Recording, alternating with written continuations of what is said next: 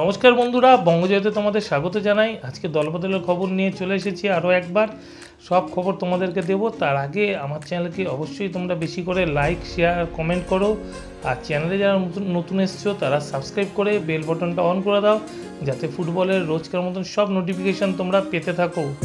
প্রথমে যাকে নিয়ে কথা হবে তিনি হচ্ছে মুম্বাই সিটি এফসি দলের মিডফিল্ডার ভিনীত রায়। 26 বছর বয়সী এই মিডফিল্ডারটি কিন্তু দুর্দান্ত একজন ফুটবলার। এর আগে তিনি উড়িষ্যা এফসির হয়ে খেলেছে, কেরালা ব্লাস্টার্সেও ছিল।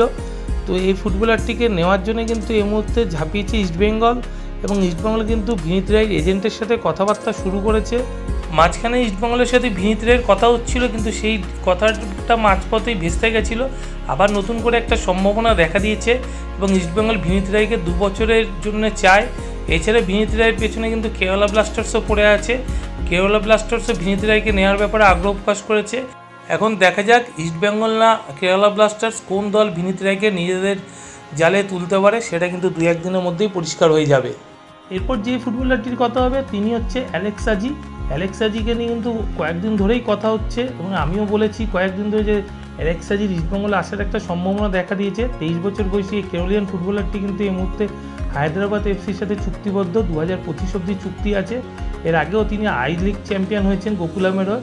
তো ফুটবলারটি কিন্তু দুর্দান্ত একজন ডিফেন্ডার, রাইট ব্যাক ছাড়া সেন্টার ব্যাক পজিশনে খেলতে পারে। এবারে আইএসএলে কিন্তু তিনি ম্যাক্সিমাম ম্যাচে সেন্টার ব্যাক পজিশনেই খেলেছেন।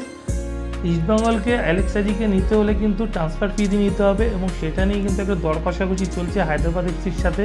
এমনিতে ইস্টবেঙ্গলের সেন্টার ব্যাক পজিশনে কোনো ভালো ভারতীয় ফুটবলার নেই।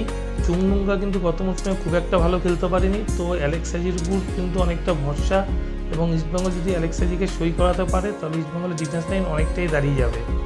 এবার যেই তারকা ফুটবলারকে নিয়ে কথা হবে তিনি কিন্তু আর কেউ না, সবার প্রিয় ফুটবলার রয় কৃষ্ণা। দুর্দান্ত একজন ফুটবলার।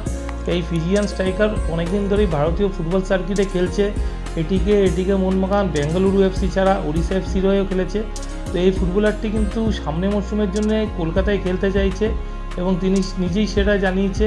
তো আমরা আশা করি সামনের মরশুমে তাকে কলকাতাতেই খেলতে দেখব। মোহামেডান কিন্তু রয় কৃষ্ণার ব্যাপারে দারুণ ইন্টারেস্ট দেখাচ্ছে, এবং রয় কৃষ্ণার সাথে কিন্তু তারা কথা বলা অলরেডি শুরু করে দিয়েছে। এবং ইস্টবেঙ্গলেরও উচিত আমার মনে হয় রয় কৃষ্ণার সাথে কথা বলা, কারণ ইস্টবেঙ্গলের হাতে ক্লেইটন ছাড়া এই মুহূর্তে কোনো ভালো স্ট্রাইকার নেই। দিয়ামন্তেকসের সাথে কথা বললেও কিন্তু তাকেও এখনও চূড়ান্ত করতে পারেনি, এবং রয় কৃষ্ণা এই মুহূর্তে ফ্রি ফুটবলার। তো রয় কৃষ্ণার সাথে কিন্তু ইস্টবেঙ্গলে কথা বলা উচিত, এবং রয় কৃষ্ণা যদি ইস্টবেঙ্গলে সই করে তাহলে রয় কৃষ্ণা ক্লেইটনের কিন্তু জুটিটা দুর্দান্ত একটা জুটি হতে পারে আগামী মরশুমের জন্য।